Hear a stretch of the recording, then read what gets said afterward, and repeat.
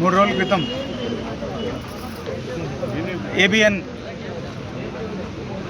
ఆంధ్రజ్యోతి ఎండి రాధాకృష్ణ గారు కొన్ని వ్యాఖ్యలు చేశారు. చిలక పలుకులో ఏదో పలుకులు ఉంటాయి ఆయన దాంట్లో, వారం వారం ఒకసారి పలుకుతుంటాడు, తొలి పలుకులు. ఆయన మాట్లాడేదానికి ఆయనకి చదువుకున్నాడా లేదా, కొంచెం తెలివిందా లేదా అర్థం కావట్లేదు. కానీ సంస్కారం లేకుండా మాట్లాడడం ఎంత దరిద్రమో అందరికీ తెలుసు. ఈరోజు ఆయన అక్కసు ఎంత కక్కుతున్నాడంటే, ఈరోజు వాళ్ళ బినామీ ఆస్తులు అమరావతిలో చేసుకొని ఈరోజు ఈ ప్రజలకు ఉపయోగపడే విధంగా జగన్మోహన్ రెడ్డి గారు మావిగన్ అనే దాన్ని తీసుకొస్తుంటే, ఎందుకంటే కొన్ని లక్షల కోట్లు ఖర్చు పెట్టి అమరావతిని లేపే బదులు ఆల్రెడీ డెవలప్ అయిన ప్రాంతం మంగళగిరి కానీ, ఈ విజయవాడ కానీ, గుంటూరు కానీ, మచిలీపట్నం కానీ ఏరియాలో ఆల్రెడీ డెవలప్మెంట్ ఉంది.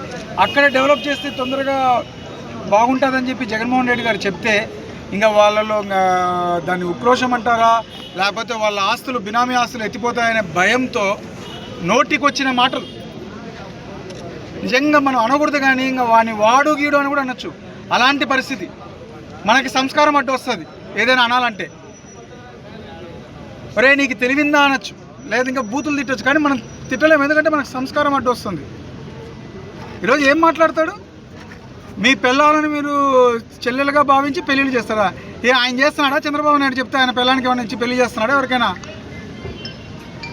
తెలివిలేని ఎట్లాంటి మాటలు మాట్లాడాలో రాజకీయాల్లో ఉన్నాడు, ఒక మీడియాలో ఉన్నాడు, ఒక రాజకీయ పార్టీకి ఆయన తొత్తుగా వ్యవహరిస్తున్నాడు.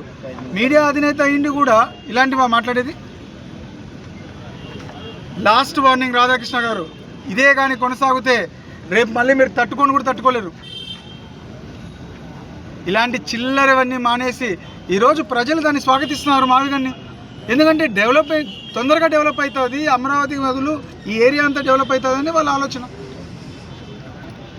ఇప్పటికైనా ఇలాంటి అనుచిత వాక్యాలు కట్టుబెట్టి ఇంకా ఇట్లాంటివి మాట్లాడకుండా ఏదైనా ఉంటే మీడియా పరంగా మీడియాగా చెప్పండి, మీ సలహాలు ఉంటే. అంతే తప్ప ఇలాంటి పిచ్చి పిచ్చి మాటలు వాగడం కరెక్ట్ కాదు.